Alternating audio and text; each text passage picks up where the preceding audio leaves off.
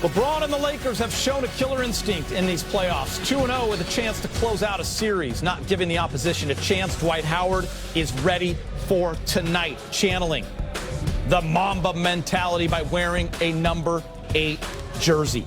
The Lakers are 48 minutes from the NBA Finals, but the Nuggets are more than comfortable being down 3-1. They've been impossible to finish off. Should make for a fascinating Game 5. Tip-off is at 6 o'clock. Hello and welcome to Access Sportsnet Lakers, brought to you by your Southern California Toyota dealers. Chris McGee, big game James Worthy, big shot Robert Horry, Allie Clifton is here. We got Brez working remotely. We got Trudell down the hall. You'll hear from him in a moment tonight. It is a big one, fellas. Lakers just one win away from going back to the NBA Finals for the first time in 10 years, James. Thank you, Lord. It's been a long time, Gita, for us, but you know, rightfully so. They work for it. You know, this organization had to make some changes.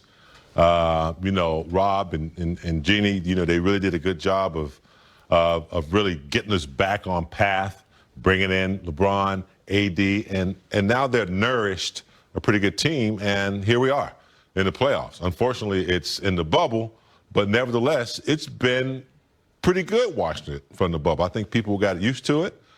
Television audience, and so here we are, back in the playoffs, Rob.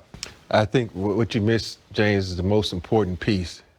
The guys that can fit in with AD and LeBron, because you need guys like Rondo, you need guys like KCP and Danny Green, who have that veteran leadership, who've been to the mountaintop, who won championships, that can bring some stability to this team, because there are moments where you need that. LeBron's going to get a little bit erratic, AD's going to get erratic, but you got a guy like Rondo, who's a superb, you know, captain to slow everything down and bring it back together. So you need those pieces. So you have to thank Jenny and Rob for doing that also. Not just those two big dogs, but the little dogs too.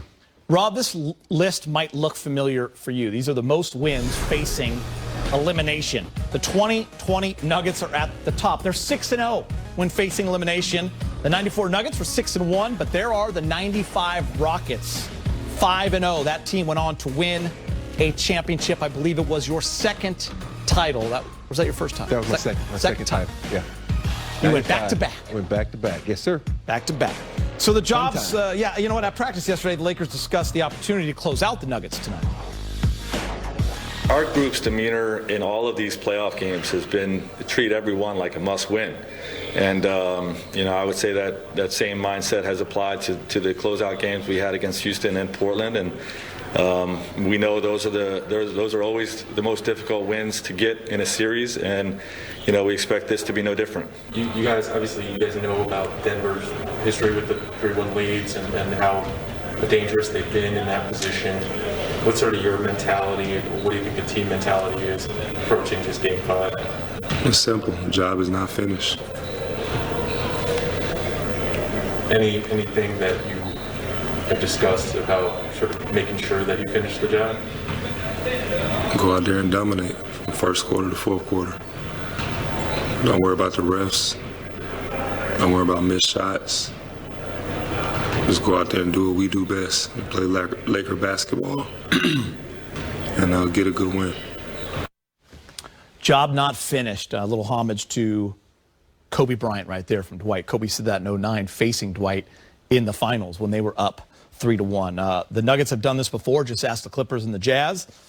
What mindset, Rob, is needed to close out a series? What do the Lakers need to do early in a game like this to set the tone? You know, you have to come out and attack early. You got, you know, people always say, what are you going to do? Well, you got to sit back and watch. No, when you got superstars like AD and LeBron, you attack the basket. You try to get them in foul trouble. You try to put the onus on the refs to say, you know, we've been aggressive. We're not going to sit back and float around the three-point line and do these things so they can be the aggressive one and get all the calls, because you know, people always talk about momentum. Momentum can go on the ref side, too, meaning when the players are being aggressive, they're more likely to give that team fouls than you will the other team. So I need them to come out with some aggression, go into the basket. None of this, you know, cute stuff, shooting threes and doing fallback. Be aggressive and attack. And, James, it's easy sometimes to relax up 3-1 because you have a little separation while the other team is in do-or-die mode, survival mode, from the opening tip. So Lakers got to come out ready to go. Especially the Nuggets, who have a track record. Yeah. I mean, we were joking after the last game that Denver has the Lakers right where they want them right now, down 3-1, based on what they did against the Clippers in Oklahoma. But in addition to what Rob said, what you have to constantly remind yourself of during the playoffs is, what are you desperate for? You know, when you're up 3-1, yes, it is easy to relax a little bit, but you remind yourself, what are you desperate for? And that's a championship. And you don't want to spend any extra time when you're up 3-1. Yeah, you got 3 games to close it out, but you only want to use one of those games. And that's what Rob said. Come out with aggression, come out like you're behind, and take care of business. And then you go on from there. I want to show you guys the numbers for AD and Jokic in the fourth quarter. And Rob, Jokic outside of game 2, remember game 1, 4, you got games 3 and 4, 0-0. So Jokic outside of game 2, Rob, he struggled down the stretch. Do you credit the Laker defense? I credit the Laker defense because if you watch what they're doing, they're trapping, they're trying to, not let him be the playmaker. And if you think about it, AD is one of the best defensive players on ball. We always talk about his shot blocking ability, but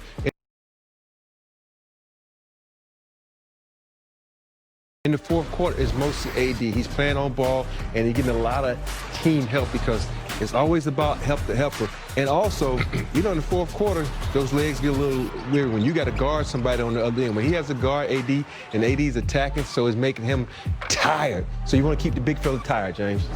Yeah, and I know Rob's going to talk about Coach Vogel a little bit in his Take the Shot later on. But I'll tell you what was the beginning of Jokic's demise is when he made the lineup change and put Dwight Howard in there. There's not too many centers in the modern day game that know how to guard in the post.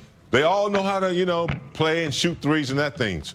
Dwight Howard came in and got physical with this guy, took his legs out, got in his way. He reminded me of Dennis Rodman, and he was boxing him out, just aggravating him.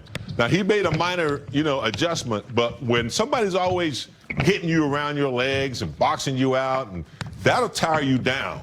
And so I give a lot of credit to Dwight Howard starting, to know how to get into Jokic and frustrate him a little bit and make him play on both ends. All right, guys, Lakers with a chance to close it out tonight. Lakers reporter Mike Trudell joins us down the hall to get us ready for Game 5. Mike, how we doing? What's happening, Geeter? Big Shot, you guys look great, but big game, James. Man, you really brought the heat with the outfit today. Yeah, he's feeling it. Man, I'm just rolling with the youth movement. I feel like he's had a great series, Mike, when it comes to his suit game. He really has. Been on fire. Yeah, there's got to be one of those like Walt Frazier Instagram accounts that starts to monitor James's outfits. He's getting to that status. He is. Yeah. Walt was one of a kind, but I appreciate the compliment, brother. It's looking smooth, man. All right, I'll get on track here. I just felt like that had to be acknowledged, right? How good that looks. So with Frank Vogel, guys, coming up, I want to figure out first, right, how is Anthony Davis's ankle feeling? He gave us an update at practice yesterday and then went a little bit further today. Spoiler, it's pretty good news. And then also want to figure out part of what you guys were talking about with LeBron James and just how ready this team is to play in a closeout game. Well, LeBron has won 15 of the last 16 closeout games that he has played. And his whole point is you have to match, if not exceed, the desperation of the opponent. So that's where we went with Frank Vogel a couple moments ago. He's good to go. Has some minor soreness, but he's good to go. All right, hey Frank, LeBron said that the key to him to a closeout game is trying to match the level of desperation of the opponent.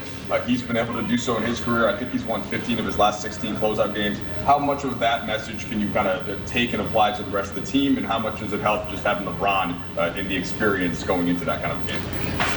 Well, obviously LeBron's experience is invaluable in this situation. I expect our guys to feed off that knowledge, the experience, and obviously he's as good as anyone ever at setting a tone, for your team in the locker room. So,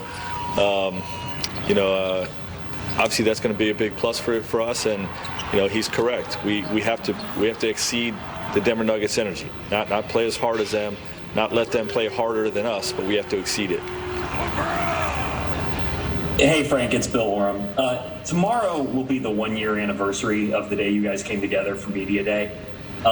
Which, yes. Wow. That's the answer probably.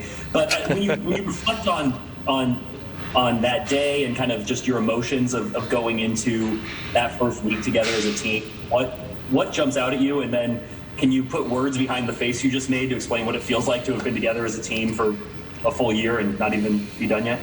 Well, nothing's normal in a pandemic, but this has been one of the most unusual seasons in NBA history, and to see that we're at the 1 year mark is it's surprising, and it's just weird to be quite honest. It's been a long year.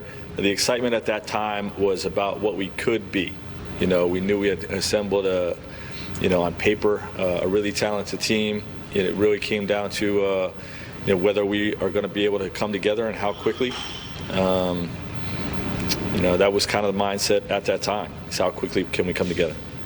All right, guys, so that Denver's going to come out with desperation in the first quarter. One thing that could help the Lakers, it's a little hard to play with desperation, especially at the rim, if you have Dwight Howard and Anthony Davis both in there. Now, Vogel didn't confirm the starting lineup. We always kind of wait for that about a half hour before tip. Stay tuned for that. We'll have it. And last note, Geeter, happy birthday, Jeannie Buss. That's, of course, the governor of the Lakers. Happy birthday. Happy birthday, Jeannie. We appreciate it, Mike. Good stuff. Plenty more ahead here on Access Sportsnet. Lakers, let's go as we check in.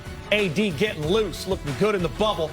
He's torched the Nuggets, 30 points or more in 3 of the 4 games. He's averaging over 32 per in the Western Conference Finals.